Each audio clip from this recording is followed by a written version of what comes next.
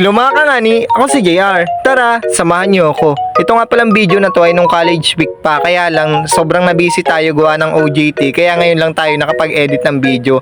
At ito nga palang nasa iyo na binibideo ko ay practice nga niya ng college week. At sobra talaga kami nag-enjoy nung college week kasi sobrang daming kung ano nung mga pwede mong salihan, mga event, sayaw, may kanta pa nga dyan, basta parang kumanta ako dyan pero limot ko na. Basta yun yun.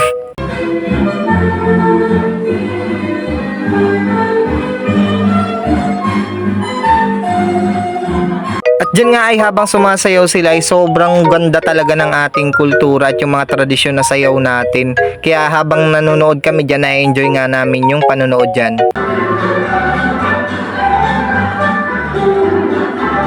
At bigla pala kami dyan nagulat kasi bigla silang sumayaw naman ng ganyan. Tapos ganyan yung suot nila, taon-tawa talaga ako dyan kaya sobrang saya talaga nung college week.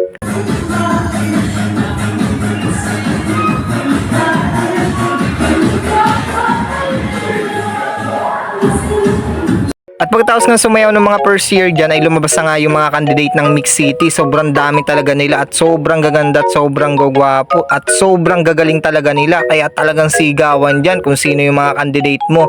At ang kasunod nga pala ay pagkatapos nun ay di ito namang si Abel, yung kasamahan ko sa Ate Monanin Idol. Yan naman ay kakanta. Pakinggan nyo, sobrang ganda ng boses talaga niyan.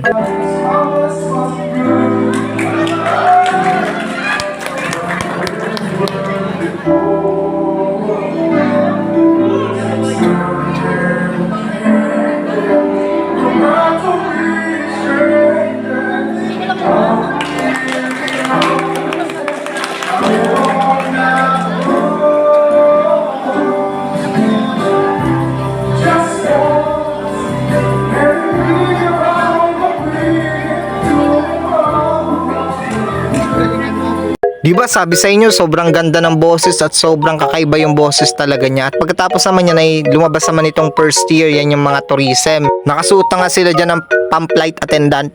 Sana all! Charot! At dyan nga ay ayan, nanonood naman kami dito, nandito kami sa may third floor. Tapos yan ay HRS naman yan, ayan naglalaban-laban din nga sila. Ay talaga namang sobrang pagod ay kasi kung saan-saan sila dumadaan diyan. Tapos tingnan nyo, sobrang bibilis nga nila dyan. Oh, tingnan mo, may mga dalang baso pa. Oh.